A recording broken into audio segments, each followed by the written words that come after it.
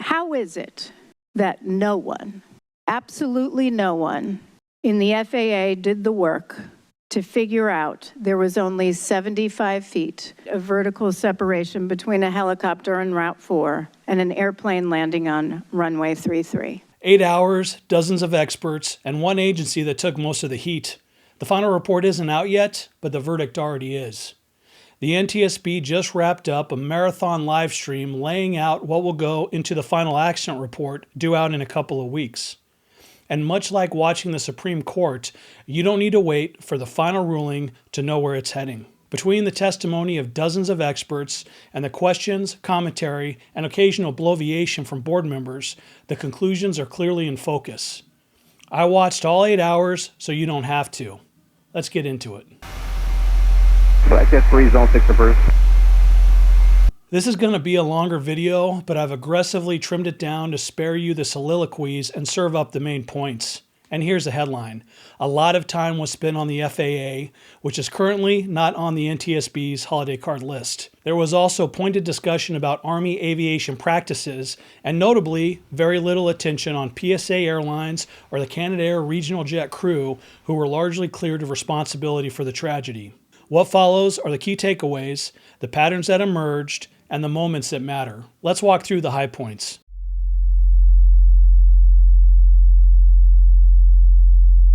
The first is Helicopter Route 4, largely unchanged since established in 1986. From the outset, it placed helicopters in close proximity to the runway 33 approach corridor. Though the conflict was well known, the route remained in use for decades. Years prior to the fatal crash, a serious near mid-air collision occurred between a helicopter and an airplane at the same location as this accident. The DCEA Tower Helicopter Working Group was formed and recommended removing or relocating Route 4. The FAA chose not to act. Around the same time, changes in traffic count methodology resulted in DCA Tower being downgraded from a Level 10 to a Level 9 facility without the FAA disclosing the criteria used. The net effect of this was that air traffic controller headcount and pay was reduced, as both are linked to the level rating of the airport. Added to this, the Virginia Bank of the Potomac is an unbelievably expensive place to live, and air traffic controller cost of living is capped at 15%, far short of equitable for the area. Two things happened as a result. Morale plummeted at DCA Tower, and the base became junior, with inexperienced controllers and supervisors serving their time before transferring out. This meant low experience in a highly complex area. Inflaming this further is the fact that DCA has the busiest runway in America, as runway 119 is the only one long enough for routine operations of narrow-body aircraft, with 1533 used around 5% of the time by regional jets to increase arrival and departure rates by overworked air traffic controllers.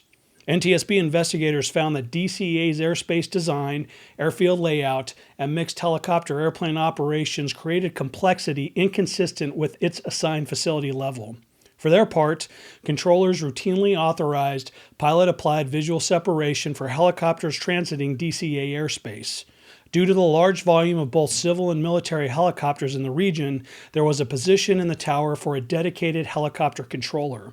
However, this position was not always staffed, as it was within policy to combine it with the fixed-wing tower controller when helicopter workload was relatively low. In the SOP, it stated that the helicopter position must normally be decombined.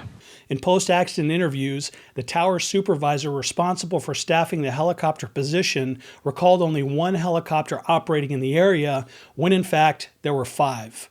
Had the helicopter position been staffed, the controller would have had significantly more bandwidth when the traffic alert oral sounded in the tower cab, and could have issued a proper traffic conflict alert to PAT 25, explicitly using the term traffic alert and recommending a turn to the left to avoid the CRJ. That intervention would almost certainly have prevented the fatal collision.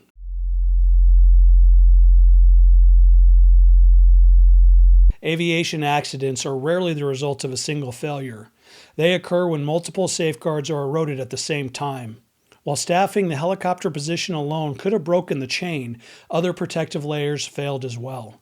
An ATC conflict alert between Pat 25 and Flight 5342 activated 26 seconds before impact when the aircraft were still 1.6 miles apart. Given their converging tracks, merging target procedures should have been applied, including traffic advisories to both aircraft and, if necessary, a formal safety alert with updated information and an alternate course of action. None of this occurred. Instead, the controller appears to have overestimated the helicopter crew's traffic awareness and underestimated the level of assistance required to maintain separation, a classic convergence of workload pressure and expectation bias.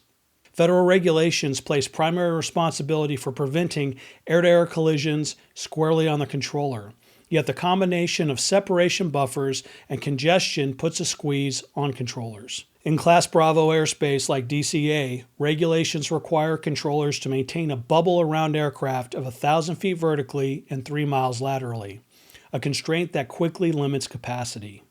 Visual separation becomes a pressure release valve. Once a pilot reports traffic in sight, formal separation no longer applies. For helicopter crews transiting DCA, this effectively meant that calling traffic in sight was often the price of admission into the airspace. It was clear from the interviews we did and the investigative hearing and other information uncovered during the course of this investigation that all helicopter operators in the DCA Class B airspace had come to expect that they would request visual separation from DCA tower almost immediately. I want to iterate this point. It wasn't just Army. It was all the civilian operators also. In an interview with the Army standardization instructor pilot post-accident, he stated that he and other pilots he knew would request visual separation from traffic that they had not yet visually acquired. This was actually an evaluation flight. We noted 27 mentions of wind and turbulence, a brief loss of the crew coordination on who was flying, a failed landing, and a pilot-initiated wrong turn, all during this evaluation flight. At what point does an instructor pilot say, we need to knock it off? It's time to end. Well, this was a proficiency evaluation, you're correct. You're looking for an unsafe action or situation where you would call it knock it off. Do you think that this IP was empowered to end it, despite evaluating a senior ranking official? Absolutely, he was the instructor pilot in command. Okay. I'm going to do a separate video on the helicopter check ride that preceded this accident because it was messy. I disagree substantially with the assertion of the NTSB expert who stated that the power dynamic between the warrant officer instructor pilot and the much higher ranked captain who spent her evenings rubbing elbows with the President of the United States as a coveted White House social aide would not have inhibited the instructor's ability to fail his superior officer. The details of the check ride defend my position, with the instructor being forced to command the captain to execute a missed approach during a landing due to an unsafe profile. This means that the instructor had to intervene for safety reasons, which is an automatic failure. And this was at the end of an already messy event, which punctuated a deeply flawed training record for the captain. I've already published an article detailing some of this. Click the link above for it, or the one in the comments section, or go to twinandturbine.com where you can pull up the November 2025 edition for free to read. T2991 on the altimeter, requesting zone 6 for Fairfax. About 90 seconds before the collision, traffic volume in DCA tower airspace peaked at 12 aircraft, consisting of 7 airplanes and 5 helicopters. Radio communications show the local controllers shifting attention between airborne, ground, and transiting traffic. Keeping the local and helicopter control positions combined increased workload and reduced situational awareness. The controller expected Pat 25 to remain clear after the helicopter instructor pilot stated the airplane was in sight and visual separation would be maintained. Frequent reliance on pilot-applied visual separation reinforces the expectation that it will continue to work even as conditions degrade. Because it had worked repeatedly in the past, deviations were harder to recognize under high workload. Compounding this, helicopter transmissions were not audible to airplanes, and airplane transmissions were not audible to helicopters, though controller transmissions were audible to both. That said, Airline pilots have the tendency to filter out transmissions that don't begin with their call sign, especially in a high workload environment, which a low altitude circle to a short runway most definitely is. The NTSB simulated the view from the tower cab.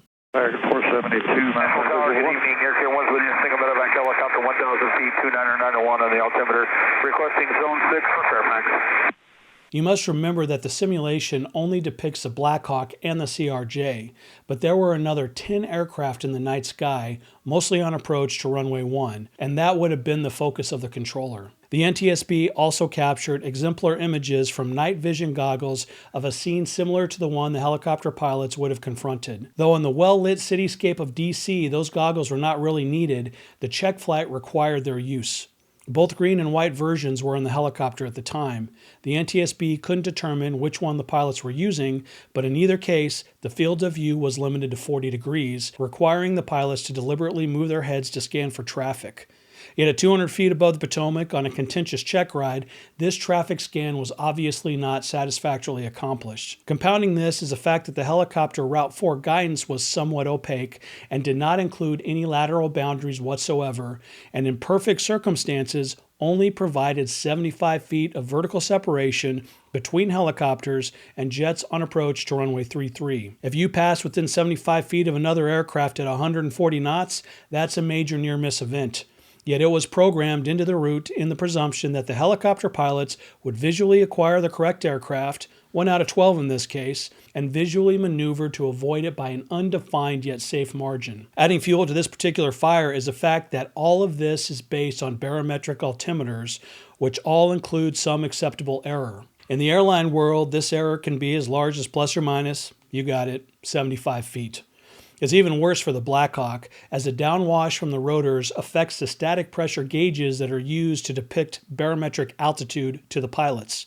This can normally be corrected for, yet when equipped with external fuel tanks, as PAT 25 was, this introduces up to a 100-foot error in the wrong direction, meaning that the pilots would think they were up to 100 feet lower than they actually were, resulting in them flying above the helicopter route ceiling with their instruments indicating that they were being compliant. Perhaps for this reason, nearly half of evaluated Route 4 flights involved crews flying above the route ceiling, which itself was clearly insufficient to provide acceptable separation between helicopters and aircraft approaching runway 33. In spite of this, many interviewed Army pilots incorrectly assumed that complying with published altitudes ensured separation from arriving and departing airplanes. This likely produced a deadly combination of complacency and expectation bias in the helicopter instructor pilot. Black Jet 3, zone 6 approved.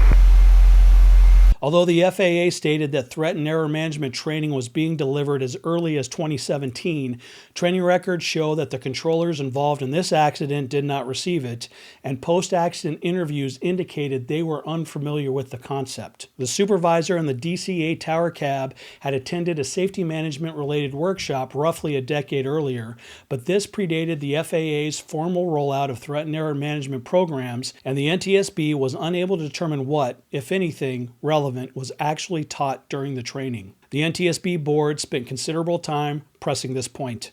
While the FAA strictly requires airlines to maintain robust threat and error management training programs, it failed to hold itself to the same standard. As an airline pilot, I can say that we don't just meet these requirements, we fully embrace them. Threat and error management is a central feature of our annual training, reinforced continually. At my airline, every briefing room displays TEM guidance, and instructors and evaluators reference it throughout every phase of training. You have this odd mix here with the FAA of hypocrisy and irony. They don't do the thing that they force the airlines to do, and right now, they desperately need to learn how to do it from the industry that they regulate.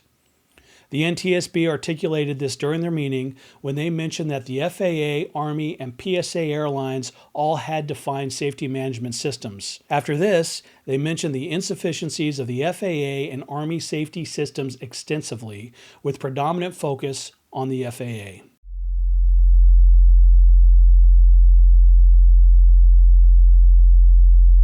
Air-to-air collisions were a major source of airline fatalities up till the 1990s.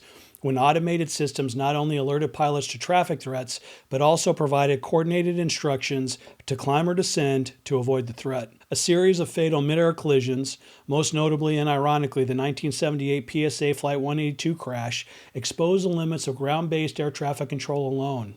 In response, the NTSB pushed for an independent airborne collision avoidance system that would not rely on either ATC instructions or pilot see and avoid.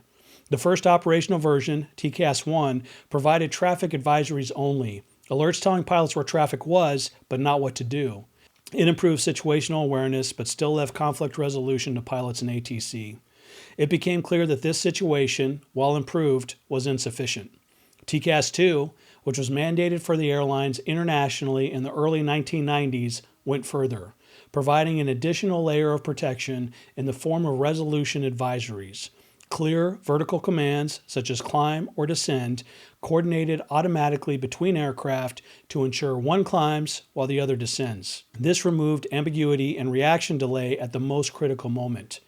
Note here that coordination between TCAS 2 units is strictly vertical and largely dependent on the ability of one aircraft to climb while the other descends.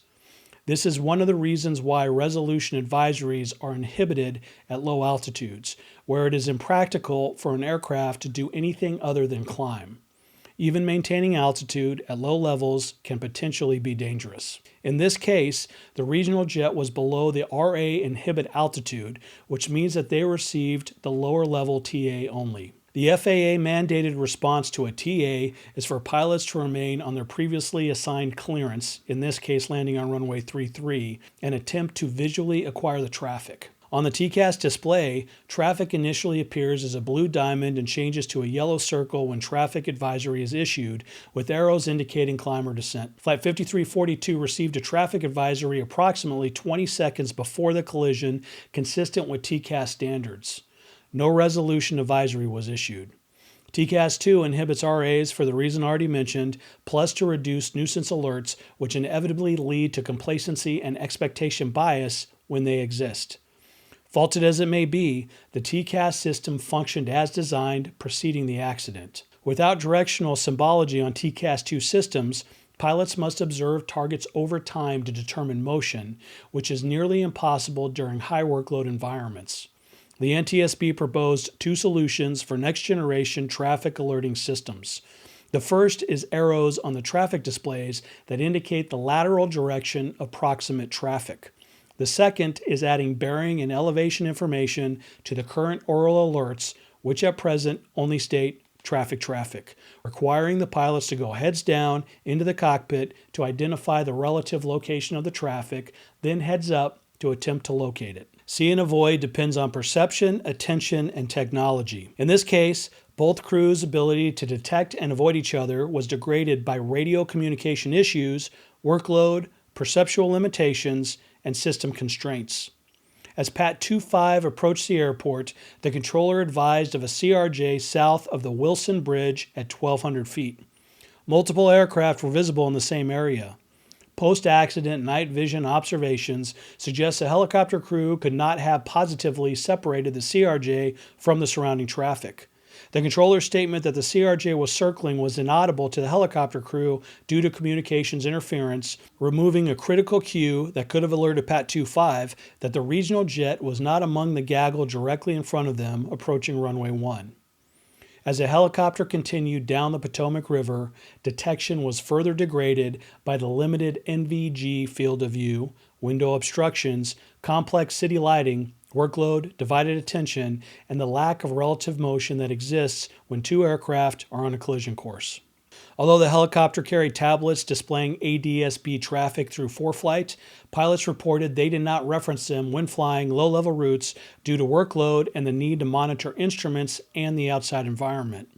While the system could generate visual and oral alerts, visual alerts require looking down, and oral alerts were likely inaudible on the loud flight deck when not integrated into the intercom, which they weren't.